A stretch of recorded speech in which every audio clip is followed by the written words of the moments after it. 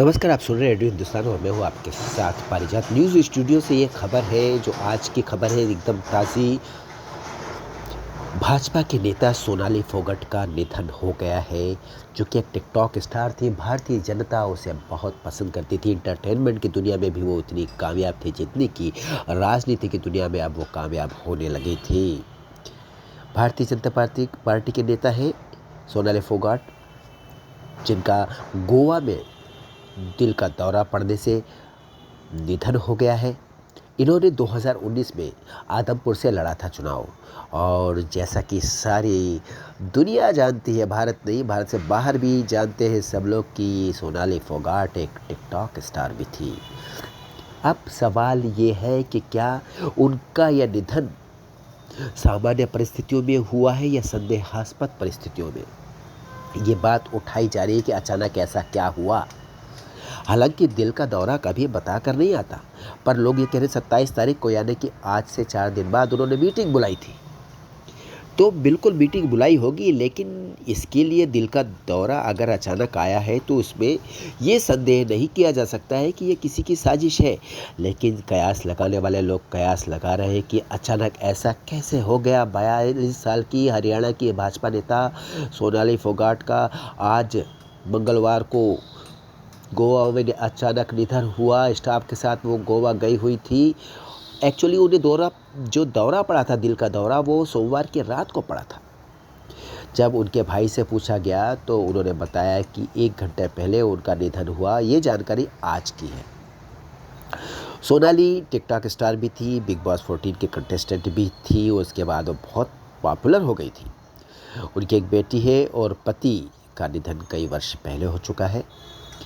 और ये भी बताया जा रहा है कि मृत्यु से कुछ घंटे पहले उन्होंने एक फेसबुक पोस्ट भी डाली थी, तो जाहिर सी बात है कि वो पूरी तरह स्वस्थ थी। तो अब बात यह है कि अचानक दिल का दौरा कैसे पड़ गया।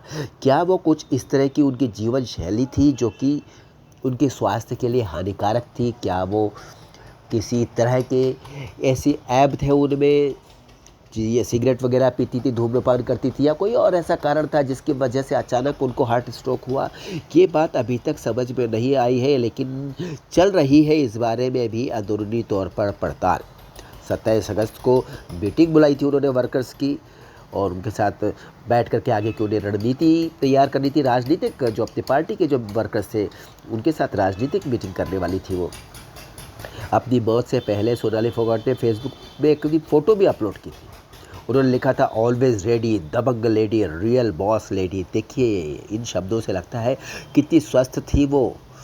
उनकी मनस्थिति बताती है कि कितनी वो जीवंत थी, जीविशापूर्ण थी। अचानक ये क्या हुआ?